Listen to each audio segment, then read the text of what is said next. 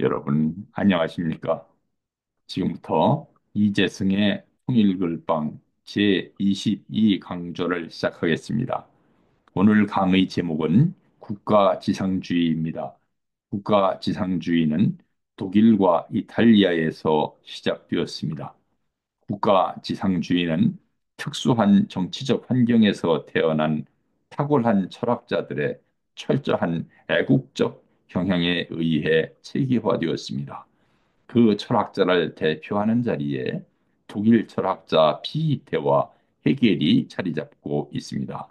국가지상주의는 또한 독재자와 그가 악용한 군중 심리에 의해 형성된 국가론이며 국가를 가장 우월한 조직으로 여기고 국가 권력이 경제와 사회 정책을 통제해야 한다고 주장하는 급진적이고 과격한 국가론입니다.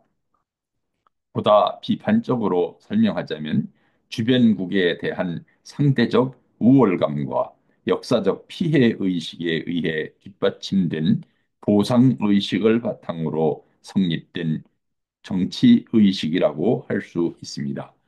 이 슬라이드의 우측 상단에 보이는 두 개의 사진 가운데 왼쪽은 독일 철학자인 피히테, 오른쪽은 헤겔입니다. 영국 철학자 가운데 데이비드 휴움과 아담 스미스가 절친한 친구 사이였다면 독일 철학자의 절친은 피히테와 헤겔입니다. 역사 속에서 수많은 철학자들이 철학을 하면서 사용한 자료는 다양했습니다.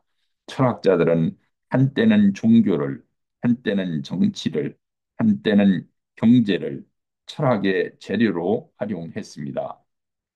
이 같은 재료를 설득력 있게 전개하는 방법을 익히기 위해서 수학이 필요했습니다. 계몽주의 시대에 이르러 철학자들은 철학의 재료로서 자연을 생각하기 시작했습니다.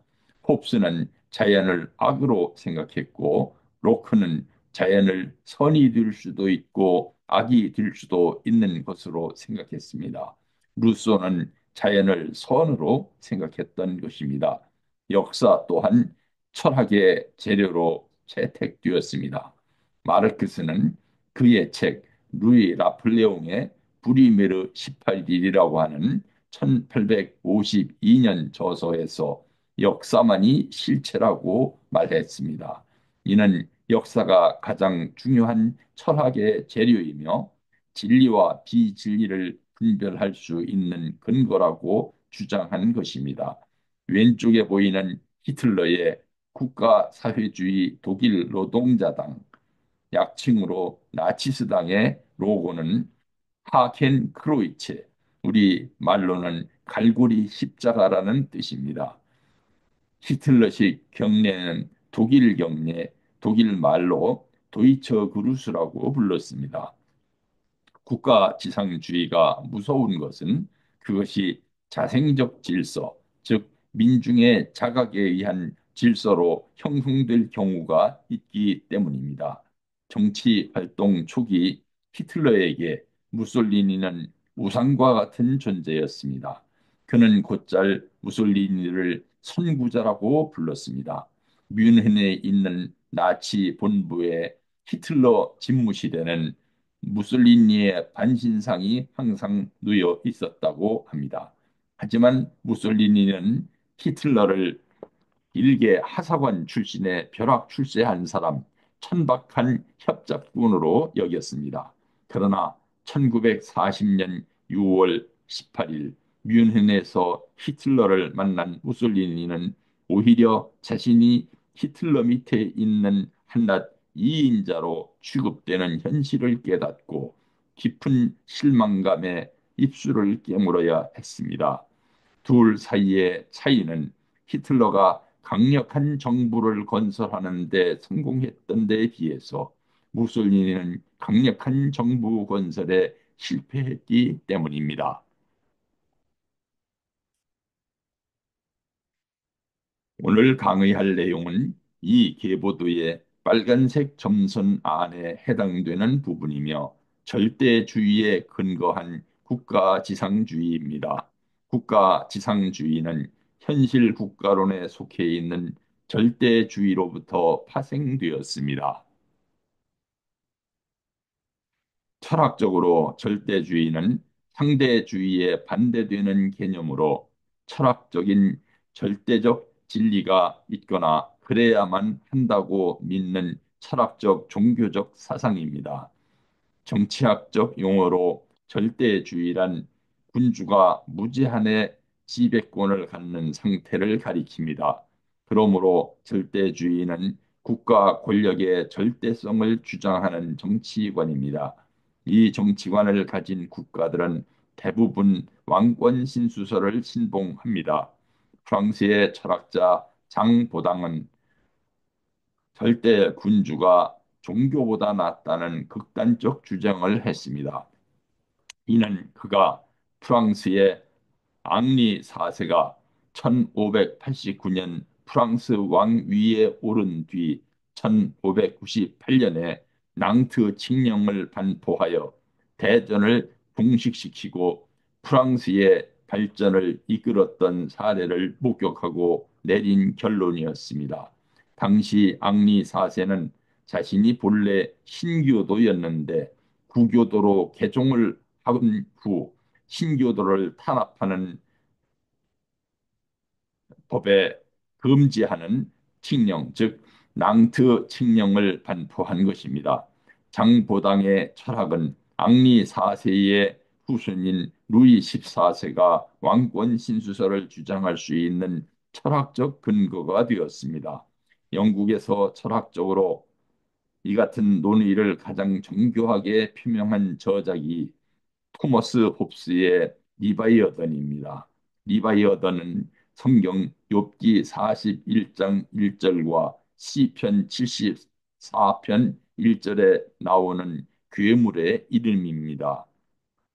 리바이어던에 나오는 이 한마디는 홉스의 사상을 한마디로 대변합니다. 인간은 그들 모두를 위협하는 공통의 권력이 존재하지 않는 곳에서는 전쟁 상태에 들어가게 된다는 것이다. 이 전쟁은 만인에 대한 전쟁이다. 홉스의 학문은 스콜라 철학에 대한 비판에서 시작되었습니다. 그는 가정을 다스리는 것과 왕국을 다스리는 것은 신중함의 정도가 아닌 일의 종류가 다른 것이라고 생각했습니다. 이 같은 사상은 나중에 해결의 철학에도 나타납니다. 리바이어던은 당시 영국 왕당파의 정치적 프로파간다, 즉 신념이었습니다.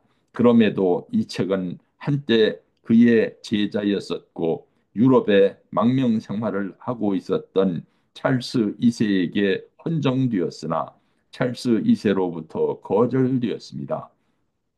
찰스 2세와 그 주변 참모들에게 사회 계약론이라고 하는 개념을 바탕으로 절대 왕권을 옹호한 홉스의 추론은 받아들이기 힘든 이론이었습니다. 그들은 홉스의 저서에 대해서 출판을 금지하기도 했고 그의 논리 대신에 왕권은 신이 부여하는 것이라는 왕권 신수설을 그들의 제국은 16세기 초부터 순차적으로 중세 봉건제에서 절대주의로 옮겨갔으며 18세기에 이르러서는 절대주의는 가장 보편적인 정치 사상의 행태가 되었습니다. 나치즘은 신성 로마 제국과 독일 제2제국을 기반으로 삼고 제1차 세계대전의 패배와 그에 대한 연합국의 지나치게 가혹한 전쟁 배상금에 대한 반발에서 나온 것입니다. 먼저 신성 로마 제국에 대해 알아보겠습니다. 기롱한 민족의 남쪽으로 내려와서 프랑크 왕국을 세웠고 그 프랑크 왕국 가운데 동프랑크 왕국과 북부 이탈리아는 기독교로 개종한 후 교황에게 절대 충성하는 나라로 통일되었습니다. 이때 독일 제1제국을 통일한 형제가 오토 대제였습니다.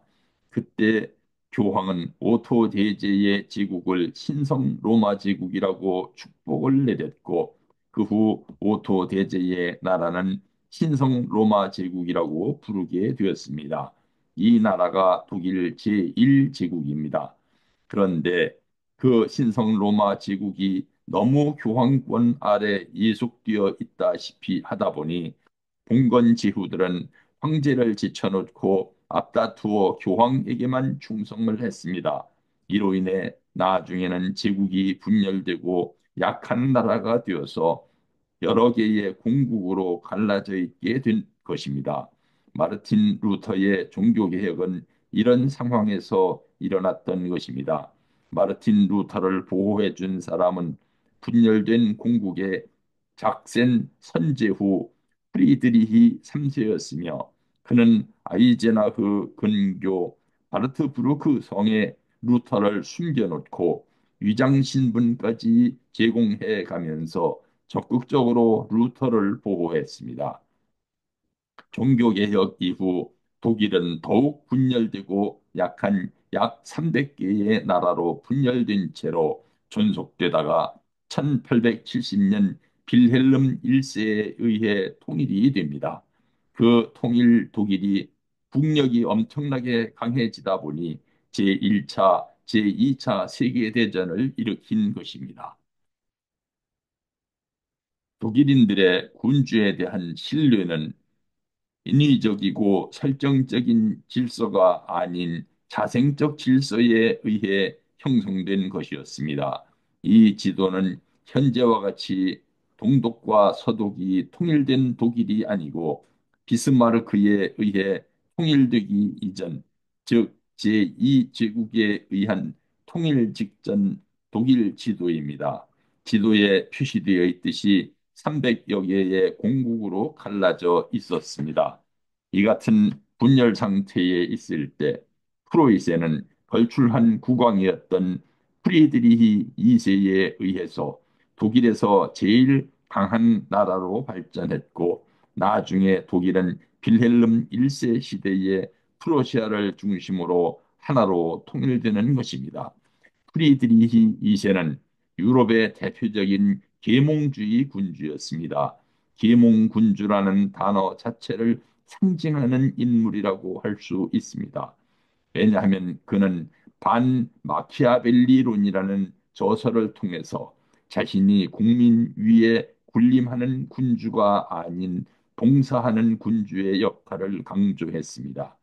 국가와 신민에 대한 프리드리히의 봉사라는 의지를 실현하여 합리적인 국가 운영을 통해 프로이센의 국력을 크게 신장시켰습니다. 그는 18세기 초반이라는 이른 시기에 짐은 국가에서 제일 첫 번째 심부름꾼이다라는 놀라운 통치 철학을 발표했습니다. 이 슬라이드는 제2제국으로 통일될 당시에 통일을 이룩한 삼걸, 즉 세 명의 영웅들입니다. 빌헬름 1세와 비스마르크 수상, 몰트케 원수 등이 독일 통일 삼걸입니다. 독일이 통일될 때 영국, 프랑스 등은 이미 통일된 지 오래된 선진국이었습니다. 그래서 통일 이전 독일의 학자, 예술인 등은 인접국가인 프랑스를 사대주의에 가까울 정도로 흠모했습니다. 그래서 음악가 베토벤은 프랑스 황제인 나폴레옹이 독일로 진격해 왔을 때 영웅 교향곡이라는 교향곡을 작곡해서 바치기까지 했습니다. 철학자 칸트도 나폴레옹을 몹시 존경했습니다. 이 같은 상황에서 영국과 프랑스가 독일의 통일을 좋아했을 리가 없습니다. 프랑스의 나폴레옹 3세는 독일로 쳐들어왔습니다. 이 전쟁이 유명한 보불 전쟁입니다. 그런데 뜻밖에도 나폴레옹 3세의 군대는 독일의 몰트케 원수가 지휘하는 프러시아 군에게 대패해서 항복했고 이 항복은 독일 제2제국의 출발점이 되었습니다. 그 후 제1차 세계대전에 패배하여 몰락했던 독일을 다시 일으켜 세운 아돌프 히틀러는 그 독일을 제3제국이라고 선포했던 것입니다. 이 슬라이드의 오른편 하단의 그림은 빌헬름 1세가 프랑스의 항복을 받은 후 베르사유 궁전에서 황제 즉위식과 함께 독일 제국을 선포하는 그림입니다. 파시즘은 그에 앞선 이탈리아의 통일에 기반을 두고 출발했습니다. 이탈리아 통일은 1859년에서 1870년 사이 사보이아 가문이 통치하는 사르데냐 피에몬테 왕국을 중심으로 이루어졌습니다. 이탈리아는 서로마 제국이 476년에 게르만족 용병 대장 오도아케르에 의해 멸망한 이후 5세기 말부터는 게르만족의 일부인 프랑크족이 서유럽 지역에 세운 동프랑크 왕국 산하에 있었습니다. 13세기 초반부터는 신성 로마 제국에 속해 있었습니다. 이탈리아 통일 지도자들은 나폴레옹 전쟁 이후 프랑스 혁명을 통해 전파된 자유주의 사상에 힘입어서 1800년대부터 비인 체제에 항거하면서 통일 운동을 전개했습니다. 남이탈리아의 애국지사였던 가리발디는 의용병을 이끌고 시실리와 나폴리를 점령해서 사르디니아 국왕에게 바쳤고 초대 총리가 된 카보우르 백작은 1859년에 프랑스군의 원조를 얻어서 오스트리아 군을 무찌르고 가르발디의 원정을 지원하는 등 적극적으로 통일 정책을 주도함으로써 1861년에 이탈리아의 통일을 달성했던 것입니다.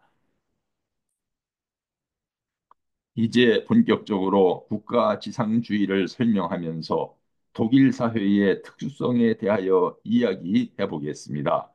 프랑스에서 장보댕의 역할이 두드러지면서 생겨난 절대주의는 독일의 해결에게 영향을 주었습니다. 절대주의는 원래 군주가 무제한의 지배권을 갖는 상태를 가리키는 정치학 용어입니다. 철학에서 절대주의는 헤겔 및 그의 흐름을 이어받은 브래들리, 로이스 등의 절대적 관념론의 형이상학을 가리킵니다. 절대적 진리의 가능성을 믿는 인식론의 학설을 가리키기도 합니다. 절대적인 가치 기준을 가리키기도 합니다. 권위주의는 인위적으로 권위를 확보하려는 노력이나 권위 그 자체에 의혹을 갖거나 혹은 반항하는 것은 모독이며 죄악이라고 하는 사고방식 또는 행동 양식을 말합니다. 나중에 더 보충 설명을 하겠지만 이탈리아에서 무솔리니는 이탈리아 좌익 세력에 의해 처형당했지만 독일에서는 제1차 세계대전의 원흉인 빌헬름 2세나 심지어는 히틀러도 국민에 의해 처형당하지는 않았습니다. 특히 빌헬름 2세는 1차 세계대전 종전 후에 네덜란드로 망명을 했지만 죽기 전까지 자기의 막대한 자유기 재산을 소유했고 정치적 권위도 누렸습니다.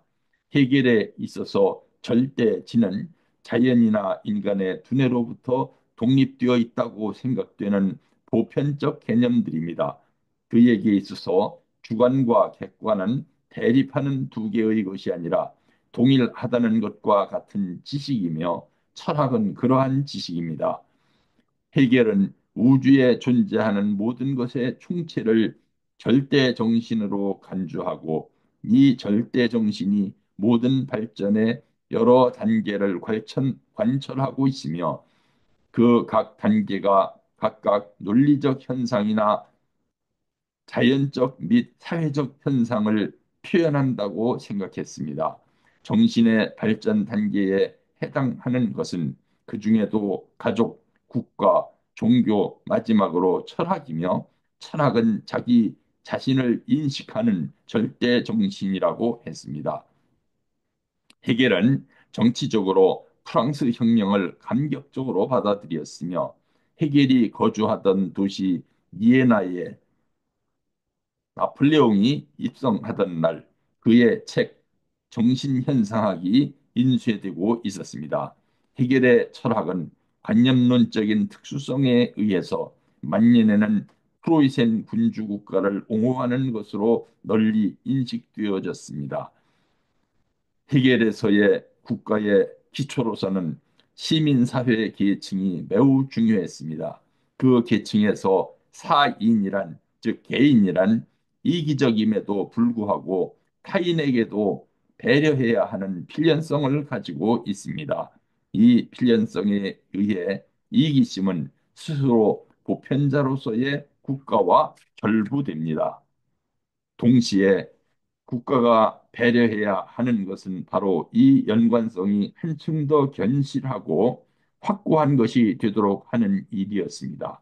이 같은 철학적 원칙에 따라 지금도 독일에서는 모든 분야의 계층화가 이루어져 있으며 국민들은 이 같은 계층화를 온건하게 받아들이고 있습니다.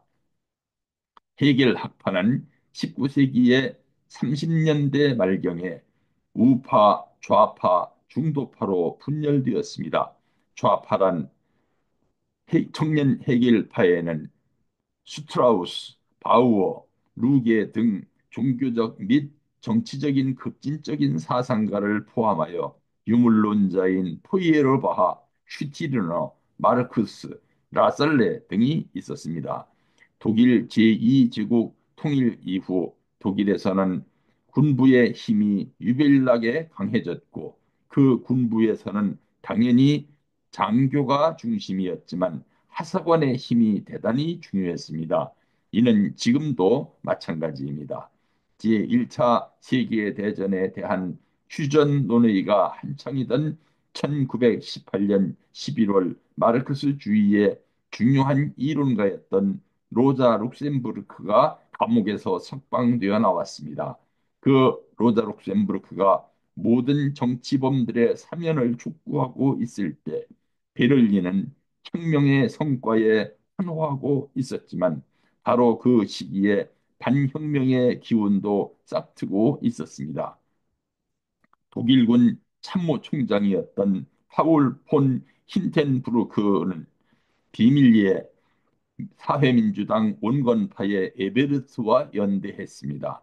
러시아에서는 짜르의 군대가 해체되고 대부분의 병사들이 트로츠키가 조직한 적군에 가담했지만 독일 빌헬름 2세의 군대는 달랐습니다.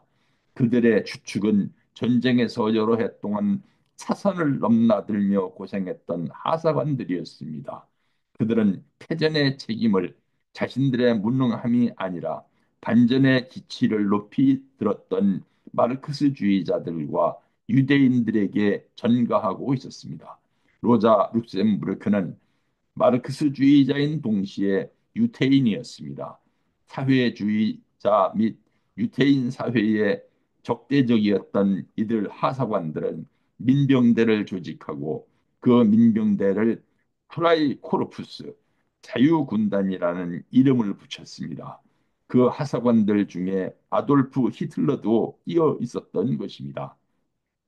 로자 룩셈부르크는 이들에 의해 사살되었던 것입니다. 국가사회주의는 위와 같은 독일 특유의 뿌리에서 생겨났습니다. 그 일부는 프리드리히 대제, 빌헬름 1세, 비스마르크 수상 밑에서 발전된 프로이센의 전통에서 찾을 수 있습니다.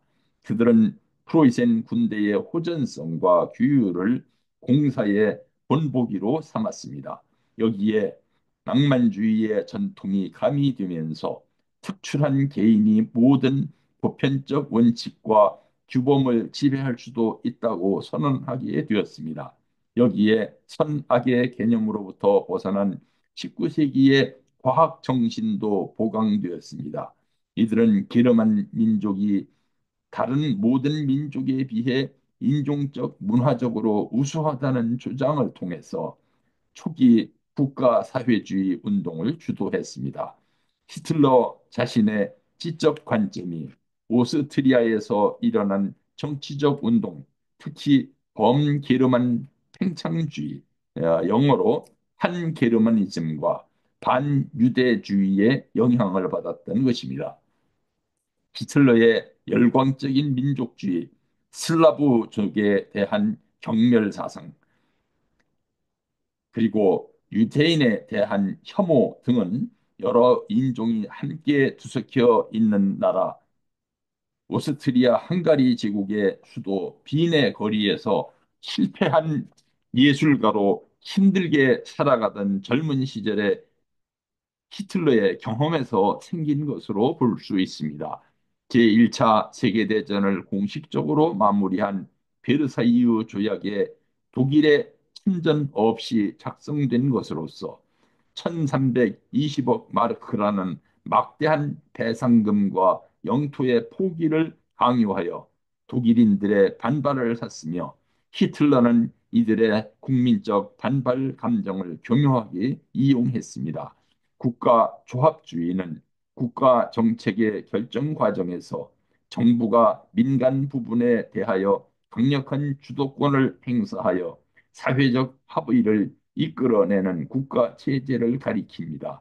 국가 조합주의는 다른 자발적인 조합주의와 다르게 국가가 주도하여 특정한 경제 부분의 모든 구성원이 공식적으로 지정된 집단에 가입하도록 요구합니다. 따라서 거의 모든 파시즘 지도자들과 전체주의 세력들은 국가조합주의적 성격을 지녔다고 볼 수 있습니다. 개발도상국형 독재 국가의 경제 발전 정책은 국가조합주의에 기반한 경우가 많은데 박정희의 경제 정책도 국가조합주의의 한 사례로 평가받고 있습니다.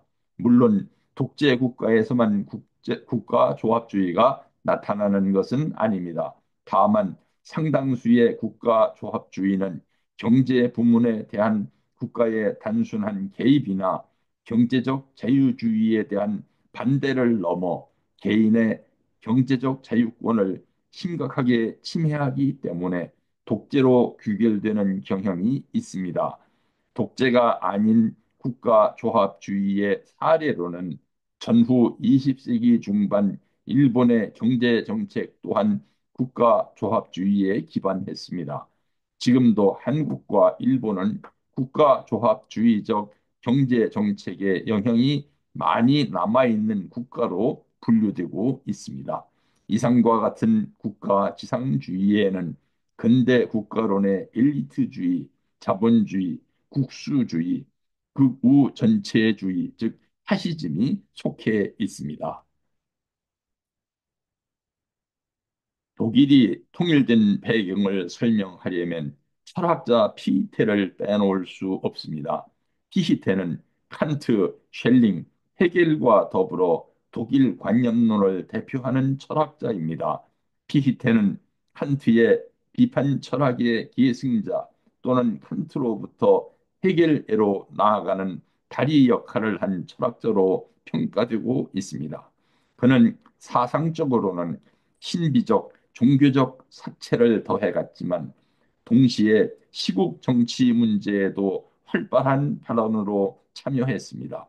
그의 저서는 나폴레옹 1세에게 점령되어 있었던 베를린에서 비밀리에 프로이센을 위하여 그 피시테가 행한 연설, 독일 국민에게 고함이라는 책이 유명합니다. 정치 사상 가운데 근대 민족주의는 피시테의 철학적 시조에서부터 시작됩니다.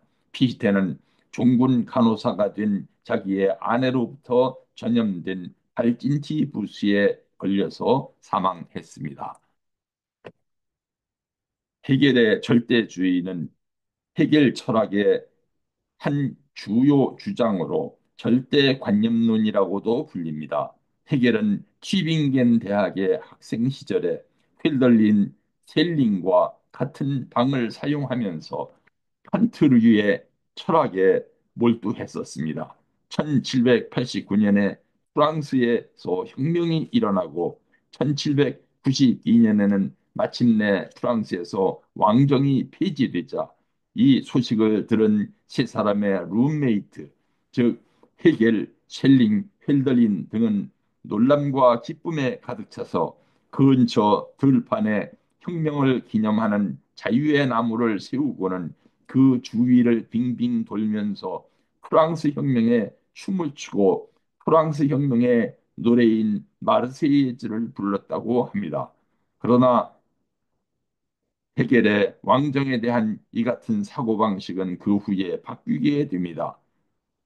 그는 국가의 위상을 최고로 미화한 근대 사상가가 되었습니다. 그에게 있어서 인간 이성의 결과인 자유는 인류의 보편 의지로 이어지고 보편 이성을 만나게 되는 것입니다. 그에게 국가는 인류 보편 이성의 구현체였습니다. 절대적으로 이성적이며 자기 목적적인 존재가 국가인 것입니다.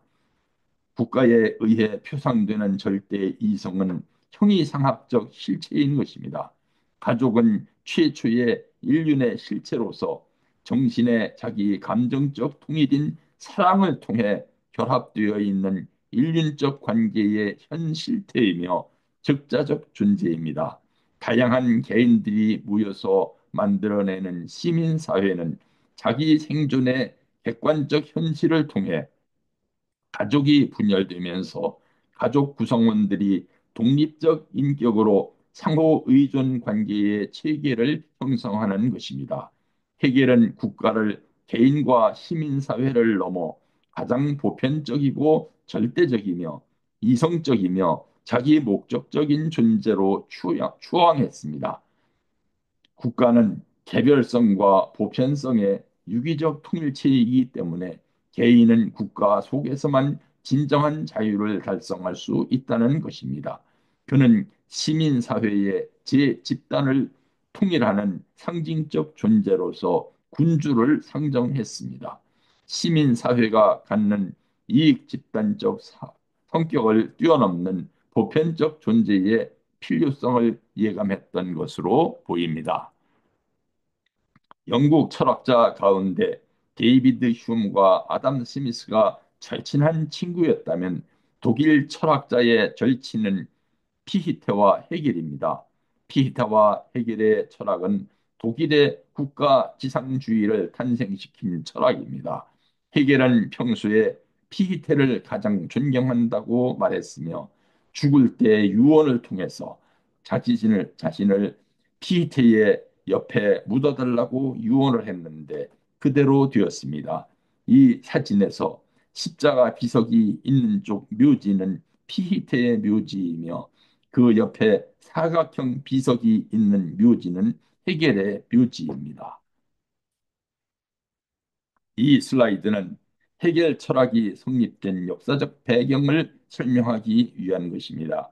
헤겔이 자신의 철학을 강의하기 시작할 무렵 독일은 전 근대적인 봉건 체제로 운영되고 있었습니다. 헤겔은 자신의 철학으로 독일의 정치적 현실을 해석하고 그에 대해 철학적으로 개입하여 해결할 수 있는 방안을 모색하기 시작했습니다. 당시 유럽은 프랑스와 영국이 이미 근대적 통일 국가를 형성하고 있었던 시기였습니다. 그 근대적 의미의 국가란 관료제와 상비군에 의한 질서가 구축된 상태를 가리킵니다. 여기서 근대화란 정치가 처음에는 종교의 힘에 의해 유지되던 시대, 정치에 의해 유지되던 시대를 지나 경제적 방법에 의해 국민에게 혜택을 주는 시대로 발전해 나가고 있었던 시대였습니다. 근대 철학은 인식론이 생겨나면서부터 시작되었습니다. 인식론 또한 논리학, 윤리학, 미학 등 3대 철학이라고 불리고 있었습니다. 근대 인식론의 시작은 데카르트였습니다. 데카르트 이전까지는 토마스 아퀴나스의 스쿨라 철학의 기초가 되는 아리스토텔레스의 철학이 절대적 진리였습니다. 마치 동양에서 공자왈 하면 바이블처럼 여겨졌듯이 스콜라 철학에서는 아리스토텔레스 왈 하면 바이블 그 자체였던 것입니다. 이때까지 철학은 존재론의 세계였다고 할 수 있습니다. 이 같은 철학의 주류자는 본래 아우구스티누스 시대에는 플라톤 철학이 차지하고 있었던 자리였습니다. 이처럼 중세 철학인 스콜라 철학이 플라톤에서 아리스토텔레스로 기울어진 배경에는 교황권이 왕권을 능가하게 되면서 가톨릭 교회의 주요 관심이 종교로부터 정치로 옮겨졌기 때문이라고 할 수 있습니다. 데카르트와 로크는 존재론의 굴레에서 벗어나서 그 존재론에 대한 인식 과정에 몰두했던 것입니다. 그러나 이 같은 인식론은 영국과 프랑스에서 각각 다른 체계로 출발했습니다.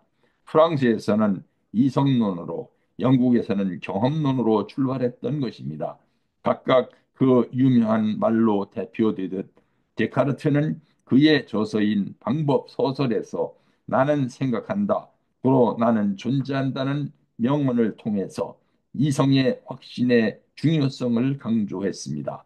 데카르트보다 약 40년 후배였던 존 로크는 유명한 철학 저서 인간 오성론에서 인간은 아무것도 각인되지 않는 백지의 상태에서 태어나 경험을 통해 점차 지식을 획득해 간다면서 백지론, 즉 경험론을 주장했던 것입니다.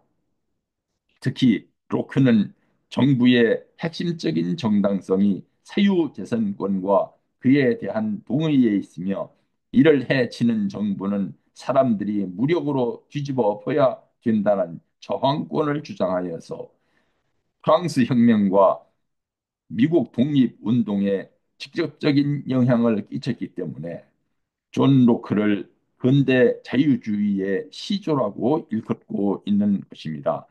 프랑스의 루소와 영국의 슈움은 거의 동시대의 인물인데요. 루소는 로크의 영향을 크게 받았습니다. 루소는 다음에 언급되는 독일의 피히테와 같은 평민 출신이었습니다. 그는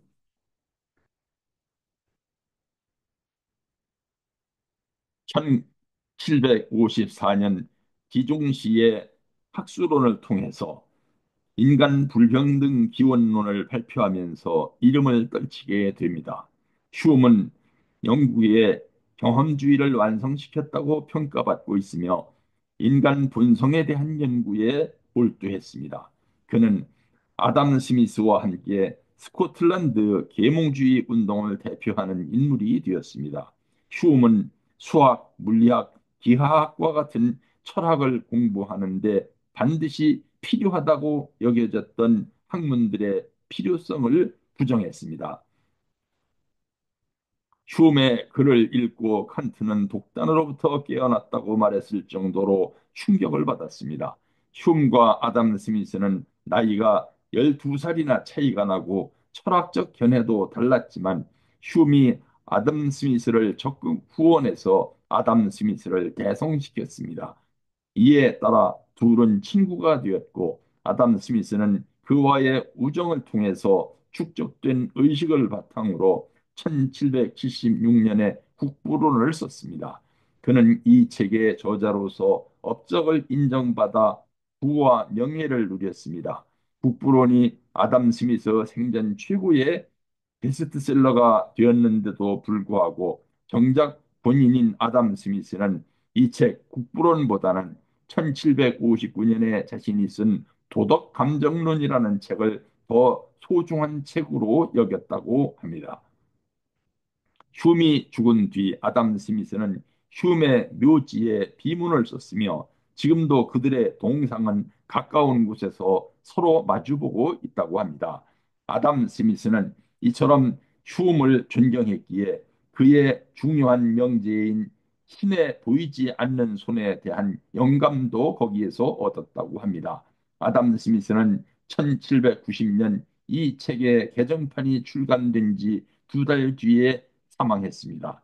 영국과 프랑스에서 이처럼 철학, 정치학, 경제학 등이 발달할 때까지 독일은 300개 이상의 공국으로 분열되어서 통일되지 못한 나라 봉건군주 시대에 머물러 있었습니다.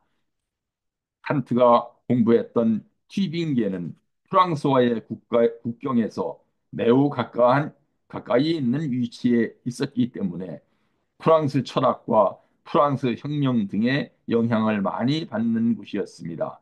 칸트, 피히테, 쉘링, 헤겔 등은 모두 프랑스 대혁명이 일어났을 때 프랑스인들과 나폴레옹에 대하여 존경했던 인물들입니다. 특히 프랑스 혁명 이후 법적으로 명시화되기 시작한 자유라는 개념에 대하여 독일의 철학도들은 열광하지 않을 수 없었던 것입니다. 심지어 음악가인 베토벤과 문인인 괴테조차도 프랑스 혁명과 나폴레옹에 대하여 찬양했던 것입니다. 당시 신문의 풍자화를 보면 갑자기 나타난 자유라는 거대한 뱀 때문에 유럽 전체의 군주들이 벌벌 떨고 있는 모습을 볼 수 있습니다. 칸트는 영국에서 아담 스미스가 태어난 시기와 거의 같은 시기에 독일에서 태어났습니다.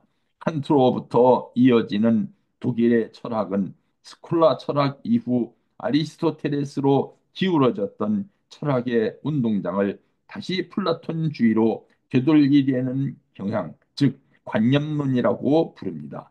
그는 대륙의 이성론과 섬나라의 경험론에 대한 통합을 시도했습니다. 칸트의 철학은 철학의 통합을 위하여 비현실주의적이었던 플라톤주의로 회귀했으나 정치에 관심이 많았던 철학이었습니다. 그리고 존재론보다는 인식론에 주력했던 철학이었습니다. 그는 순수 이성을 비판하고 감성과 오성, 통각을 통하여 순차적으로 인식되고 형성되는 이성을 주장했습니다. 그러므로 그는 내용 없는 사고는 공허하고 개념 없는 직관은 맹목적이다라고 말했습니다. 그리고 감성을 통해 인식될 수 없는 물 자체에 대한 이성적인 인식을 부정했습니다. 물 자체에 대한 이성적 인식은 이율배반이라는 것이었습니다. 한편 그는 철저한 이성적 추구에 의한 세계 평화를 구상함으로써 만년의 영구 평화론이라는 책을 썼으며 이 영구 평화론은 훗날 국제연합이 창설될 때 창설 이념이 되었습니다. 해겔이 그의 저서 정신현상학으로 인하여 사회적 존경을 받게 되자 독일의 300여 개 공국 가운데 가장 큰 공국이었던 프로이센 정부는 빌헬름 폼 훈볼프의 전역을 건의를 받고 프리드리히 빌헬름 3세가 1810년에 베를린 대학을 설립했으며 헤겔에게 베를린 대학의 철학 강좌를 맡기기로 결정했습니다. 당시 즉 1818년 프로이센은 학생들의 격렬한 가두 시위로 인해 고민하고 있었으며 그들을 다시 광의실로 돌려보낼 수 있는 정신적 지도자로 헤겔을 지목했던 것입니다. 히겔은 이를 받아들여 하이델베르크 대학에서 베를린 대학으로 옮겼으며 시국 수습에 성공했습니다. 그가 강의실에 들어서면 학생들이 그를 얼마나 존경했는지 바늘이 떨어지는 소리가 들릴 수 있을 정도로 조용했다고 합니다. 해결의 도움으로 여론을 수습하고 힘을 기른 프로이센 공국은 1850년에 산업혁명에 성공했으며 보불 전쟁에서 프랑스에 승리함으로써 1871년에는 독일을 통일하는 데 성공했습니다. 한편 그 중요했던 해 1818년에 마르크스가 탄생했으므로 1818년은 참으로 의미 있는 해였다고 말할 수 있습니다. 왜냐하면 이처럼 해결에 의해 시국이 수습된 사실은 정치적으로 볼 때 프로이센 정부에게는 고마운 일이었지만 그 프로이센 정부를 혐오하고 있었던 급진주의자들에게 있어서 해결은 원수와 같은 존재가 되었기 때문입니다. 이들 급진주의자들을 해결 좌파라고 부릅니다. 피히테와 쉘링의 철학, 그리고 헤겔 철학의 보다 세부적인 내용은 다음 슬라이드에서 계속 설명됩니다. 이 슬라이드는 헤겔 철학의 절대주의와 체계화되는 과정을 설명하기 위한 것입니다. 앞에서 설명한 것처럼 칸트는 프랑스 혁명을 보면서 혁명을 동경했던 철학자였습니다. 그의 철학은 루소를 읽기 전과 읽은 후가 다르고 휴을 읽기 전과 휴을 읽은 후가 다른 철학이라고 합니다. 그리고 철저한 이상주의자이면서도 경험할 수 없는 것은 이성의 대상이 되지 못한다고 현실적으로 생각했습니다. 그러나 칸트의 제자였던 피히테는 이 같은 이율배반을 해소시키는데 자기 철학에 주안점을 두었던 철학자였습니다. 피히테는 그 이율배반을 자아에 종속시켰습니다. 그 자아는 비아를 낳았고 자아는 비아를 통합함으로써 절대 자아에 도달한다고 생각했던 것입니다. 피테의 제자였던 헤겔은 여기서 한 걸음 더 나아가 자, 비야, 절대 자 등을 즉자, 대자, 즉자, 대자로 발전시켰습니다. 즉자, 대자, 즉자, 대자에 대하여 헤겔은 피테와 같이 도식화해서는 안 된다고 비판했습니다. 그리고 그의 책 정신현상학에서 다음과 같이 설명했습니다. 정신은 자각적인 스스로의 존립 기반을 확인한 대자적 자기 현존성 속에서 바로 그 자신을 내적으로 반성함으로써 얻어진 대상으로 화하는 것이다. 정신이 이제 이와 같은 과정 속에서 스스로의 참모습이 드러나게 됨을 확인할 때 바로 그 정신은 학의 단계에 도달한다. 오직 이 학이야말로 다름 아닌 정신이 구현된 그의 참모습이며 또한 그 정신으로 하여금 고유한 자기 터전 속에서 쌓아 올린 왕국을 의미하는 것이기도 하다고 말했던 것입니다. 이에 이어 그는 이렇게 설명하기도 했습니다. 학문 일반의 생성 과정 혹은 지의 점진적 발전이 다름 아닌 정신 현상학이 서술하고자 하는 주요 대상이다. 이는 그의 변증법이 인식론적 체계임을 설명한 것이라고 볼 수 있는 대목입니다. 다른 말씀입니다만 전 요즘 우리 원리 강사들이 창조 원리 가운데 창조 목적을 강의하면서 이중 목적을 강의하지 않고 넘어가는 강사들이 많은 것을 보고 적잖이 놀랐습니다. 그리고 또 창조 과정 및 성장기에서 창조 과정에 대한 설명을 소홀히 하고 넘어가는 것을 보고서도 놀랐습니다. 이 부분은 바로 우리 원리 가운데 인식론 또는 논리학의 근거가 되고 있는 중요한 부분이기 때문입니다. 헤겔은 1806년에 정신현상학을 저술함으로써 자신의 정신철학과 자연철학에 대한 철학체계 성립의 인식론적 역사적 근거를 처음으로 정립했습니다. 그것은 해겔이 20년에 걸친 그리스 고전에서 근대 정치, 경제 사상, 철학에 이르는 교양과 자기 형성을 인류의 자기 형성과 일체로 자각한 장대한 인간의 철학성을 띤 자서전이기도 합니다. 정신현상학은 주관정신, 객관정신, 절대정신의 순으로 논리가 전개되고 있습니다. 주관 정신은 인간학, 정신현상학, 심리학 순으로 되어 있습니다. 객관 정신은 법, 도덕, 인륜 등으로 되어 있는데 특히 인류는 가족, 시민사회, 국가편으로 기술되고 있습니다. 그중에 국가는 국내법, 국제법, 세계사를 다루고 있습니다. 절대 정신에서는 예술, 계시 종교, 철학 등으로 구분하여 설명하고 있습니다.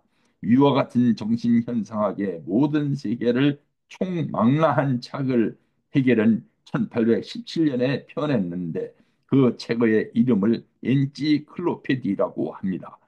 정신현상학을 저술한 뒤 6년 후인 1812년에서 1816년에는 논리학에 대하여 제1권 1책, 1권 2책, 2권 순으로 편했습니다.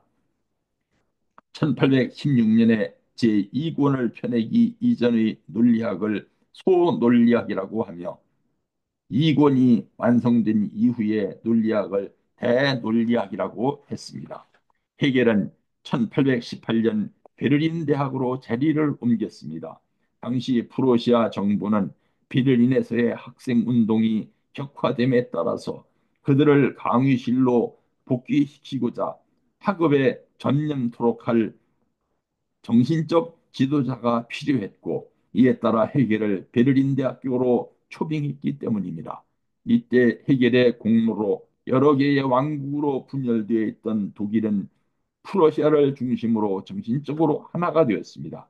그리고 1871년에 독일계 국가들이 독일 제국이라는 하나의 나라로 통일되는 것입니다. 헤겔은 베를린 대학으로 옮긴 뒤 수많은 주요 저작을 내놓게 되었고 대학 총장이 되었습니다.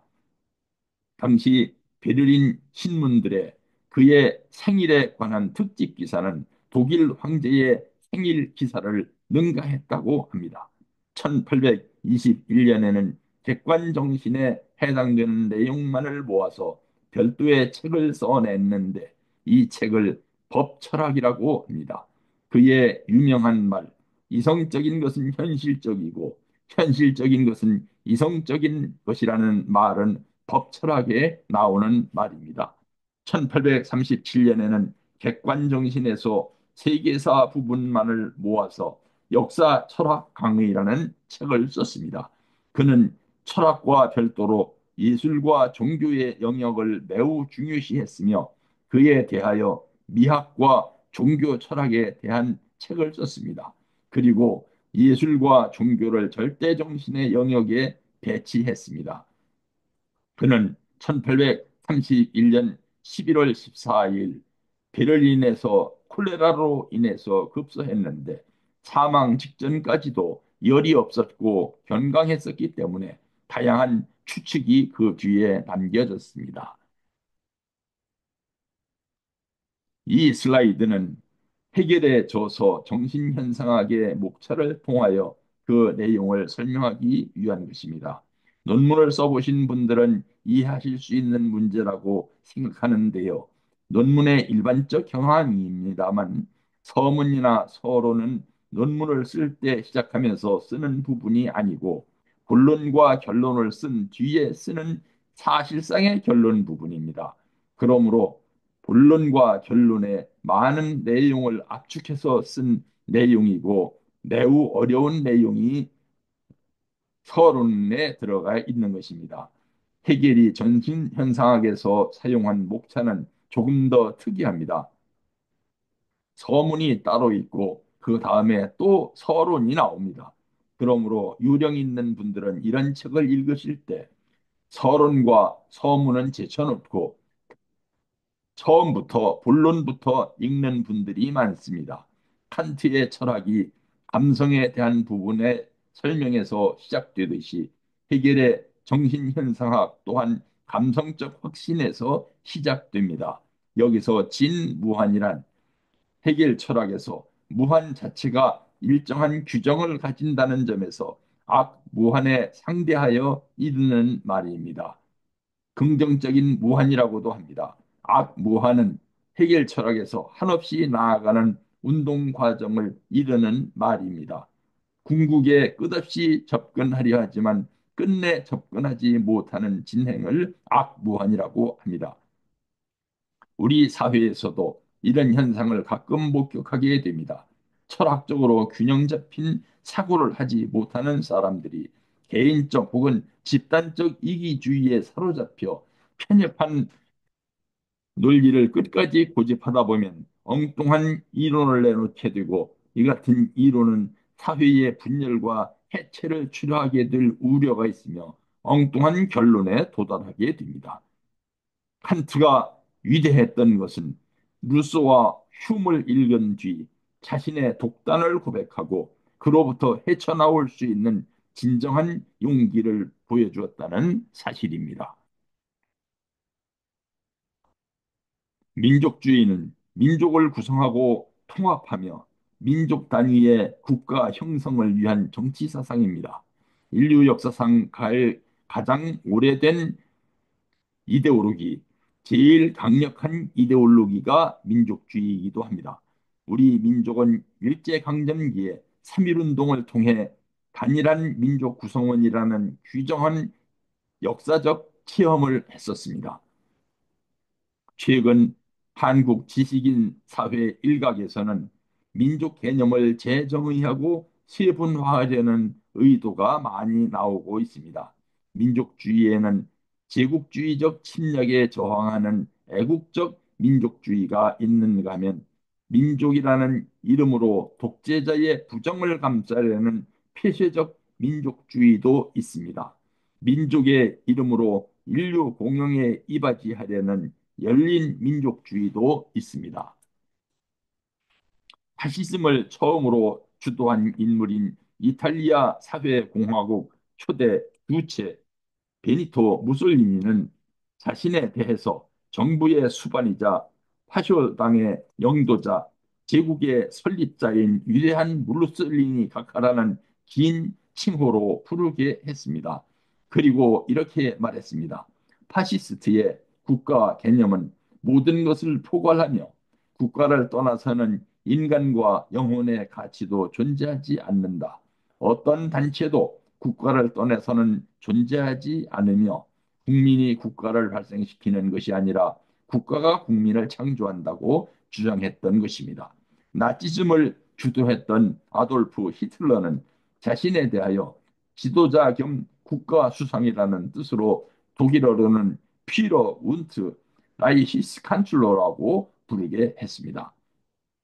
그리고는 다음과 같이 말했습니다. 민족주의의 국가는 인종을 모든 생활의 중심에 두어야 한다. 국가는 인종의 순수한 유지를 위해 배려해야 한다. 국가는 어린이가 민족의 가장 귀중한 보물임을 천명하지 않으면 안 된다. 자기가 병약하고 결함이 있는데도 아이를 낳는 것은 치욕일 뿐이며 오히려 아이를 낳는 이를 단념하는 것이 최고의 명예라는 점에 유의해야 한다. 우리 국가 사회주의자는 단호하게 우리들의 외교 정책 목표, 즉 독일 민족에 상응하는 영토를 이 지상에서 확보해야 할 것이다. 마치 옛 그리스에서 스파르타가 사용했었던 말과 같은 어, 주장을 했던 것입니다. 부솔리니의 파시즘은 이탈리아에서 옛 로마 제국의 영광을 재현한다는 구호와 함께 시작되었습니다. 히틀러의 나치즘은 이에 비해 독일에서 옛 신성 로마 제국의 영광을 재현한다는 구호와 함께 시작된 것입니다. 파시즘은 포퓰리즘에 기반한 민족주의와 국가주의의 가장 극단적인 형태로 제3의 위치를 표방하며 군국주의적이고 권위주의적인 방법을 통해 민족의 결속과 생존권의 확립을 추구하는 것으로 여겨지는 전체주의적 사상 혹은 그러한 지배 체제입니다. 그러나 파시즘에 대하여 학자들 사이에서도 완전히 합의된 정의는 없습니다. 이는 파시즘이 의미가 매우 모호한 것이며 국가마다 서로 다른 모습으로 나타나는 사상이기 때문입니다. 국가 사회주의, 즉 파시즘은 죄송합니다. 정정하겠습니다. 국가 사회주의, 즉 나치즘은 파시즘과 인종주의를 조합한 사상이며 그를 뒷받침하는 우생학을 필두로 한 전체주의 사상의 일부입니다. 국가사회주의의 이념은 나치 독일의 국가사회주의 독일 노동자당에 의해 실행되었습니다. 독일에서 최초로 발생한 원류 나치즘은 파시즘 이론을 포함하고 독일의 우익 민족주의를 배경으로 한 인종주의적 논리에 그 뿌리를 두고 있었습니다. 히틀러는 자기가 통치하는 독일을 제3제국 트라테스 라이히라고 자칭했습니다. 제1제국 신성 로마 제국, 제2제국 독일 제국에 이어서 나치 독일을 제3제국이라고 칭하는 것입니다.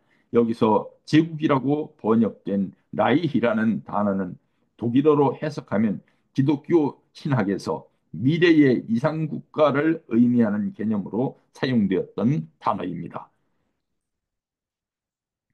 자본주의 국가의 정치학자들은 제국주의를 다음과 같이 정의하고 있습니다.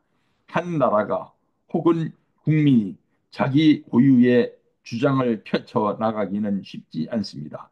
그것을 가능케 하려면 국가가 강한 힘을 갖고 있어야 합니다. 그런 나라를 제국이라고 합니다.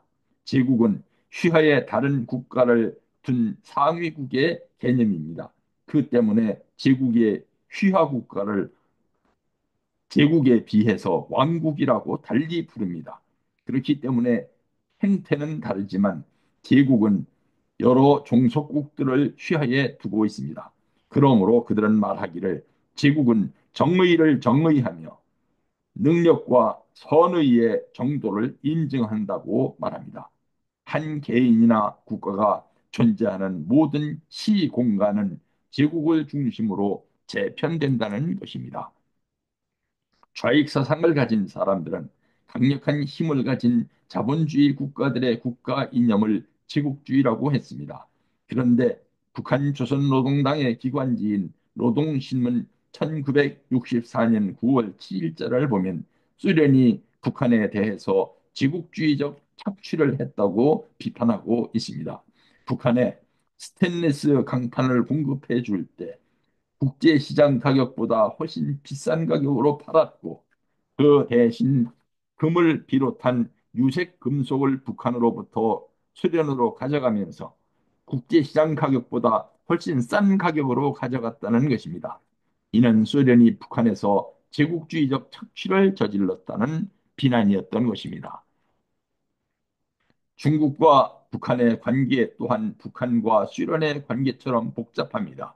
1956년 북한은 연안파를 모두 숙청했는데 이는 북한에 대한 중국의 영향력을 우려했기 때문이었습니다. 중국 정부는 김일성이 중국 공산당 산하 항일 빨치산 시절 활동에 대한 역사 자료들을 북한에 대하여 일절 공개하지 않고 있습니다. 문화혁명 시절 홍위병들은 소련과 중국의 양다리를 걸치고 있었던 김일성을 수정주의자라고 비난했고 베이징 시내 곳곳에 주자파 김일성을 체포하라는 대자보를 덕지덕지 놔붙였습니다. 이 소식을 들은 김일성은 대로했으며 평안북도 회천군 소재 중공군 묘지에 있는 비석들을 다 때려 부수라고 지시했습니다. 이때 마오쩌둥의 장남 마오와닝의 비석도 산산조각이 났다고 합니다.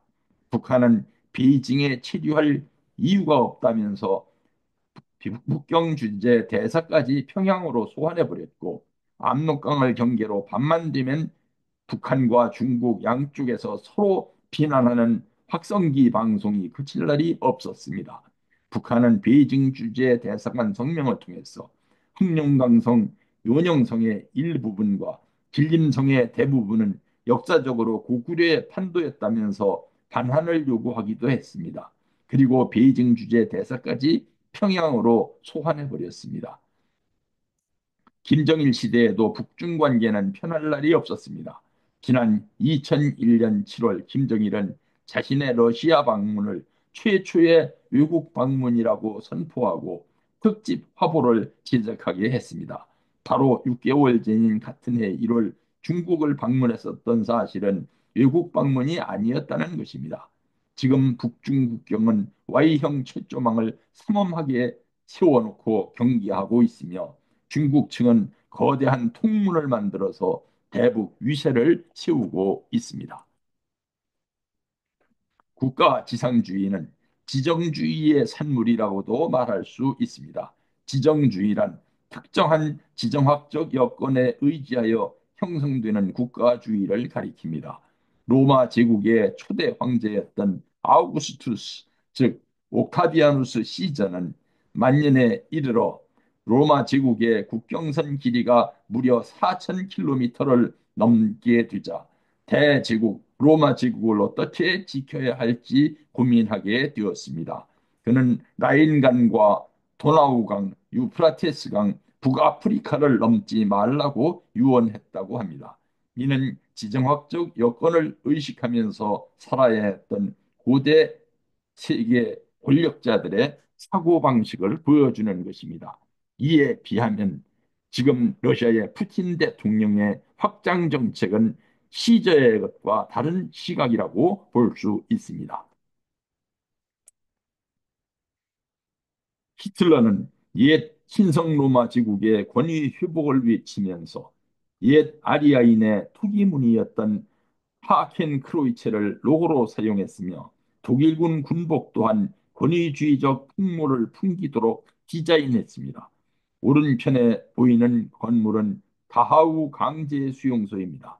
이 수용소는 카톨릭 중앙당과 나치당 간의 연립 정권에 의해서 세워졌고 개신교 목사와 의학 실험 대상자를 수용했던 시설입니다. 이런 경우 가톨릭은 개신교 탄압이라는 목적 달성을 위해서라면 나치 독일 정부와도 협조했었던 역사를 보여주고 있습니다. 파시즘과 나치즘은 제2차 세계대전 이후에도 제3세계 군부 독재자들에 의해 롤 모델이 되었습니다. 왼쪽 사진은 아르헨티나 군부 독재자들의 모습이며 오른편은 아프리카의 우간다 제3대 대통령이며 쿠데타로 집권했고 독재자 학살자로 유명했던 이디 아민입니다. 1960년 당시 미국에서는 로스토우식 경제 도약 모델을 발전도상 국가들에게 소개 및 권장하고 있었습니다. 로스토우는 존 F 케네디와 린든 B 존슨 행정부에서 국가안전보장 고문으로 일했었던 유명한 경제학자인데요. 자유경제와 관련하여 광범위한 저술 활동을 하였으며 그 저술의 범위로는 특히 개발도상국에 대한 내용이 많았습니다. 로스토우는 예일 대학교를 19세에 졸업했고 24세에 박사학위를 받았습니다. 또한 로즈 장학금을 통해서 옥스퍼드 대학에서 수학하기도 했습니다. 그가 MIT 경제학 교수로 재직 중이던 1958년에 펴낸 경제 성장의 단계 반공산당 선언이라는 책은 큰 반향을 불러일으켰었습니다. 여기서 그는 로스토우식 경제 도약 모델을 개발했는데 이는 주요한 경제 성장 모델 중 하나가 되었습니다. 이 모델은 5개의 기초적 단계로 경제 성장을 모식화했습니다. 로스토우는 모든 사회를 전통적 사회, 과도적 사회, 도약의 과정에 있는 사회, 공업화 과정을 통한 성숙 사회, 고도의 대량 소비 단계에 도달한 사회 등 5단계로 구분하고 과도적 사회와 도약 단계의 사회에서 근대화를 위한 정치적 지도적의 원천으로 군부 독재를 지목했습니다. 즉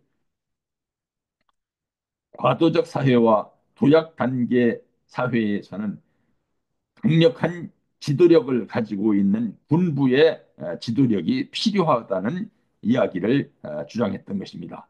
이러한 로스토우식 경제 도약 모델은 박정희 시대 한국 경제 정책에서도 주요한 사회 발전 이론으로 도입되었습니다. 이 모델이 후진국 지도자들에게 던져주는 매력은, 저개발 국가도 선진 국가처럼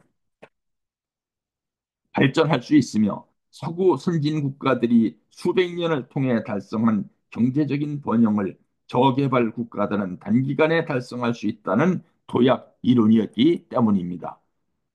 다음은 좌익 국가 지상주의에 대해 말씀드리겠습니다. 1997년 한국으로 망명한 전 북한 노동당 비서 황장엽 씨는 김정일이 히틀러를 숭배하고 있다고 증언했습니다. 김정은이 자기의 생일인 2013년 1월 8일을 맞아 당 중앙위원회 부장급, 다시 말하면 제1부부장, 군단장급 이상 군인 등을 포함한 간부들에게 하사한 이른바 백부의 도서에는 히틀러의 자서전인 나의 투쟁이 포함되어 있었던 것으로 확인되고 있습니다. 이는 결국 사회주의 국가를 자처하는 북한이 그 행태로 보면 좌익 국가 지상주의를 지향하고 있는 것이라고 볼 수 있습니다. 요즘 들어 미국의 트럼프 대통령 또한 내일같이 미국 제일주의 및 미국의 이기주의적 국가 이익을 강조하고 있습니다. 미국 예외주의는 미국이 다른 국가와 구별되는 특별한 국가라는 생각을 말합니다. 이는 세칭 내로남불과 비슷한 것입니다. 이러한 관점은 미국의 가치, 정치, 체제, 역사적 궤적이 세계사적으로 특수하다고 보며 그렇기 때문에 미국이 세계에서 특별한 역할을 수행해야 한다고 주장하는 이론이기도 합니다. 그의 이 같은 성향에 대해서 북한은 21세기 나치즘이라고 비판하고 있습니다. 러시아의 푸틴 대통령은 우크라이나와의 전쟁을 개시한 이래 계속 zel렌스키 대통령을 나치라고 비판하고 있었습니다. 공산주의 출현 이후 공산주의자들은 걸핏하면 그들에게 있어서 강경하게 대응하는 적대 세력들이면 그들에게 아무에게나 파쇼 혹은 나치라고 비판해 왔습니다. 객관적 입장에서 외형으로 보면 공산주의는 좌파 국가지상주의, 나치즘과 파시즘은 우파 국가지상주의라고 말할 수 있습니다. 그러므로 실제로 지난 1990년대까지는 정치학자들이 좌파 국가지상주의인 공산주의를 연구하는 방법론으로 전체주의 모델과 비교 연구하는 방법, 즉 전체주의적 방법론이 매우 중요하게 사용되기도 했었습니다. 오늘 강의는 여기서 마치겠습니다. 대단히 감사합니다. 안녕히 계십시오.